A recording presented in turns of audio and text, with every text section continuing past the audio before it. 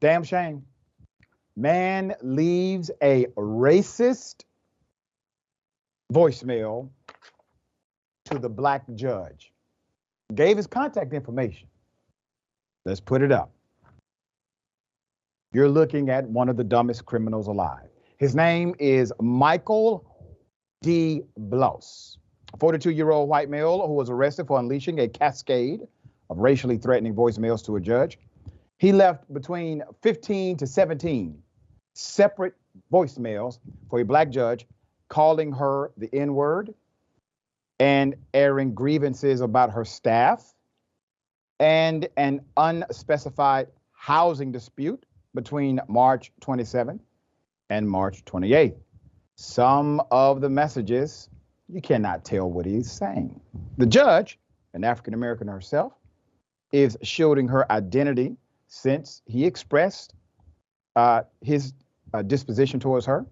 The 42-year-old man threatened to follow staff home and claimed that he had been stalking the courthouse for 2 weeks.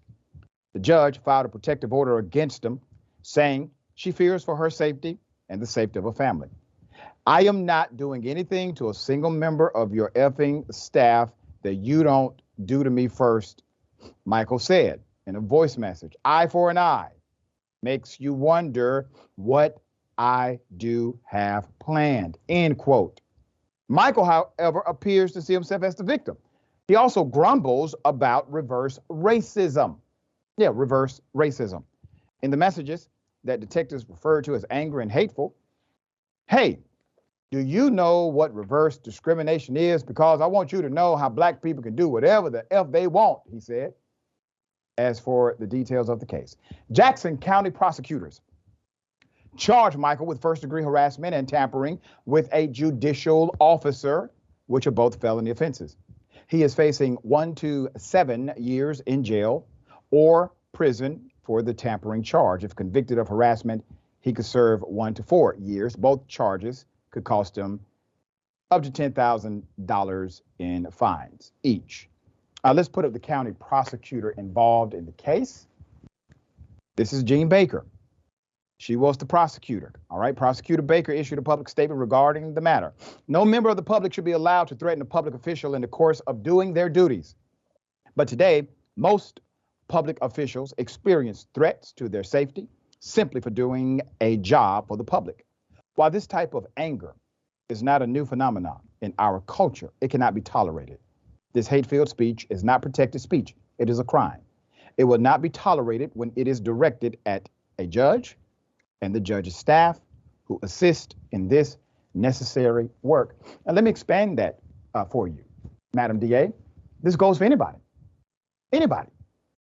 What he said would have been criminal against anyone, not just a judge. Threats are against the law, period.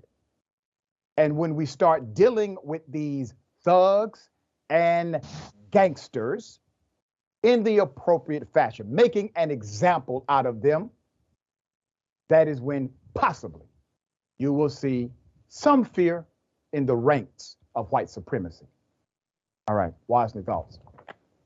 Man, I'm always grateful when these dangerous criminals happen to be incredibly idiotic and stupid. This guy clearly is nobody's idea of a criminal mastermind. And so, he'll be brought to justice in a nice, tidy bow. However, it's still scary that there are people out here who harbor these deranged, intense, violent thoughts, man. I'm just happy we're going to be able to deal with this guy and that judge's family can be safe and sound. But yeah, we're lucky this time, Dr. Richey, that we're dealing with Boo Boo the Fool, literally. Right, exactly. He doesn't have the capacity to pull it off, but somebody may.